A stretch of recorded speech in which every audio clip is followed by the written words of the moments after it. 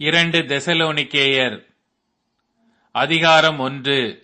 பவுலும் சில்வானும் தீமோத்தேயும் நம்முடைய பிதாவாகிய தேவனுக்குள்ளும் கர்த்தராகிய இயேசு கிறிஸ்துவுக்குள்ளும் இருக்கிற தெசலோனிக்கேயர் சபைக்கு எழுதுகிறதாவது, நம்முடைய பிதாவாகிய தேவனாலும் கர்த்தராகிய இயேசு கிறிஸ்துவினாலும் உங்களுக்கு கிருபையும் சமாதானமும் உண்டாவதாக. சகோதரரே, நாங்கள் எப்பொழுதும் உங்களுக்காக தேவனை ஸ்தோத்திரிக்க கடனாளிகளாயிருக்கிறோம். உங்கள் விசுவாசம் மிகவும் பெருகிறபடியினாலும் நீங்கள் எல்லாரும் ஒருவரில் ஒருவர் வைத்திருக்கிற அன்பு அதிகரிக்கிறபடியினாலும் அப்படி செய்கிறது தகுதியாயிருக்கிறது.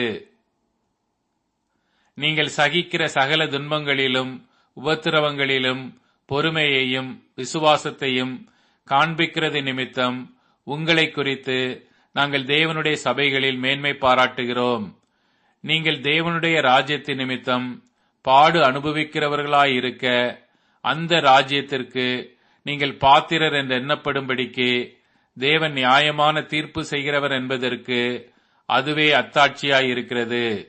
உங்களை உபத்திரவப்படுத்துகிறவர்களுக்கு உபத்திரவத்தையும் உபத்திரவப்படுகிற உங்களுக்கு எங்களோட கூட இளைப்பாறுதலையும் பிரதிபலனாக கொடுப்பது தேவனுக்கு நீதியாயிருக்கிறதே. தேவனை அறியாதவர்களுக்கும் நம்முடைய கர்த்தராகிய இயேசு கிறிஸ்துவின் சுவிசேஷத்திற்கு கீழ்ப்படியாதவர்களுக்கும் நீதியுள்ள ஆக்கினையை செலுத்தும்படிக்கு கர்த்தராகிய இயேசு தமது வல்லமையின் தூதரோடும் ஜுவாலித்து எரிகிற அக்கினியோடும் வானத்திலிருந்து வெளிப்படும்போது அப்படியாகும். அந்நாளிலே தம்முடைய பரிசுத்தவான்களில் மகிமைப்படத்தக்கவராயும் நீங்கள் எங்களுடைய சாட்சியை விசுவாசித்தபடியினாலே உங்களிடத்திலும் விசுவாசிக்கிறவர்கள் எல்லாரிடத்திலும் ஆச்சரியப்படத்தக்கவராயும் அவர் வரும்போது அவர்கள் கர்த்தருடைய சந்நிதானத்தில் இருந்தும் அவருடைய வல்லமை பொருந்திய மகிமையிலிருந்து நீங்களாகி நித்திய அழிவாகிய தண்டனையை அடைவார்கள்.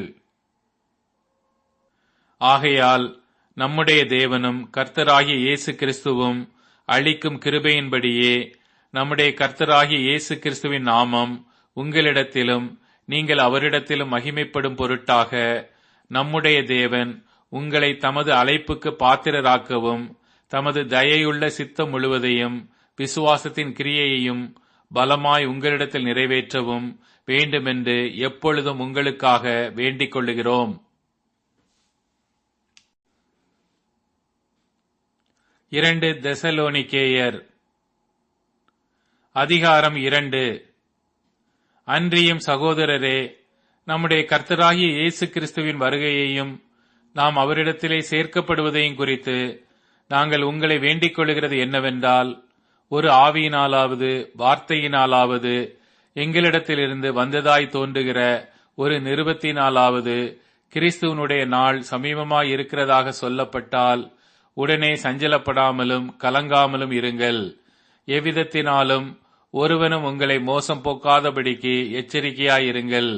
ஏனெனில் விசுவாச துரோகம் முந்தி நேரிட்டு கேட்டின் மகனாகிய பாவ மனுஷன் வெளிப்பட்டால் ஒழிய அந்த நாள் வராது.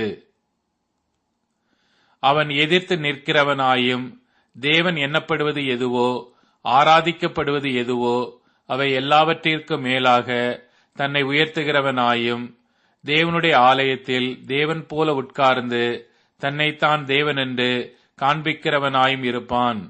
நான் உங்களிடத்தில் இருந்தபோது இவைகளை சொன்னது உங்களுக்கு ஞாபகம் இல்லையா? அவன் தன் காலத்திலே வெளிப்படும்படிக்கு இப்பொழுது அவனை தடை செய்கிறது இன்னதென்றும் அறிந்திருக்கிறீர்கள். அக்கிரமத்தின் ரகசியம் இப்பொழுதே கிரியை செய்கிறது.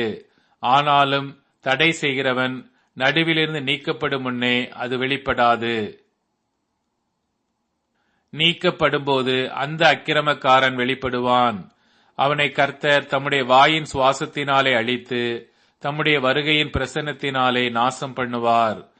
அந்த அக்கிரமக்காரனுடைய வருகை சாத்தானுடைய செயலின்படி சகல வல்லமையோடும் அடையாளங்களோடும் பொய்யான அற்புதங்களோடும் கெட்டு போகிறவர்களுக்குள்ளே அநீதியினால் உண்டாகும் சகலவித வஞ்சகத்தோடும் இருக்கும். ரட்சிக்கப்படத்தக்கதாக சத்தியத்தின் மேலுள்ள அன்பை அவர்கள் அங்கீகரியாமற் போனபடியால் அப்படி நடக்கும்.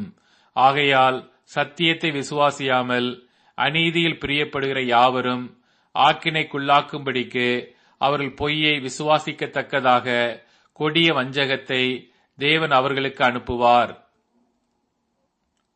கர்த்தருக்கு பிரியமான சகோதரரே, நீங்கள் ஆவியினாலே பரிசுத்தமாக்கப்படுகிறதினாலும் சத்தியத்தை விசுவாசிக்கிறதினாலும் இரட்சிப்படையும்படிக்கு ஆதி முதல் தேவன் உங்களை தெரிந்து கொண்டபடியினாலே நாங்கள் உங்களை குறித்து எப்பொழுதும் தேவனை ஸ்தோத்தரிக்க கடனாளிகளாயிருக்கிறோம்.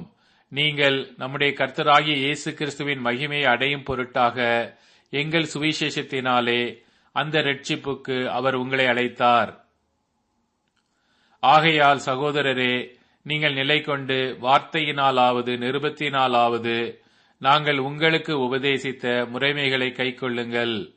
நம்முடைய கர்த்தராகிய இயேசு கிறிஸ்துவும் நம்மிடத்தில் அன்பு கூர்ந்து நித்திய ஆறுதலையும் நல் நம்பிக்கையையும் கிருபையாய் நமக்கு கொடுத்திருக்கிற நம்முடைய பிதாவாகிய தேவனும் உங்கள் இருதயங்களை தேற்றி எல்லா நல் வசனத்திலும் நற்கிரியையிலும் உங்களை ஸ்திரப்படுத்துவாராக.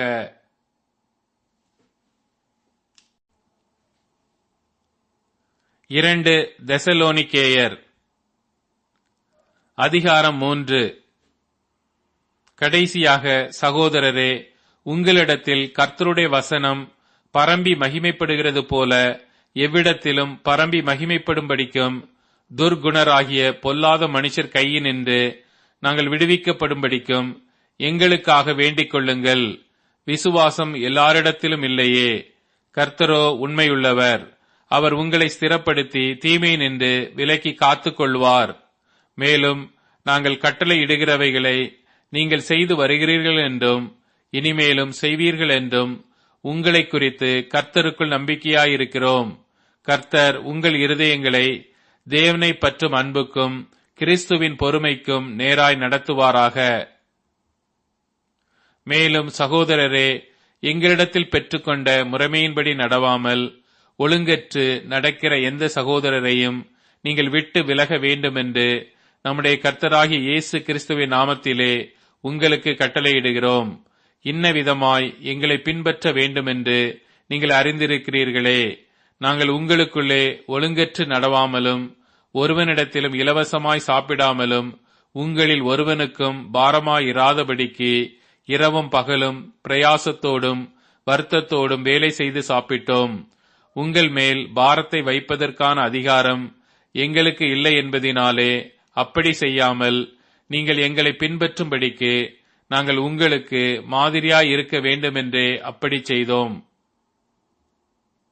ஒருவன் வேலை செய்ய மனதில்லாதிருந்தால் அவன் சாப்பிடவும் கூடாதென்று நாங்கள் உங்களிடத்தில் இருந்தபோது உங்களுக்கு கட்டளையிட்டோமே.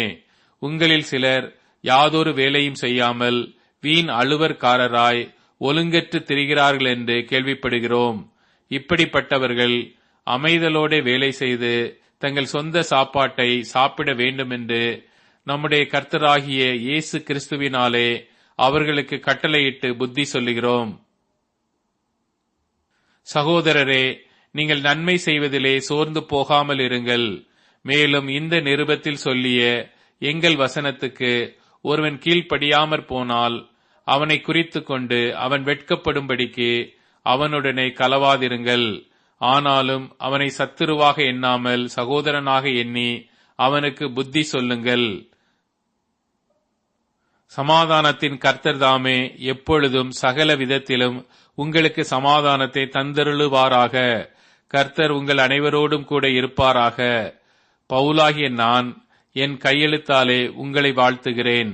நிருபங்கள் தோறும் இதுவே அடையாளம். இப்படியே எழுதுகிறேன். நம்முடைய கர்த்தராகிய இயேசு கிறிஸ்துவின் கிருபை உங்கள் அனைவரோடும் கூட இருப்பதாக. ஆமேன்.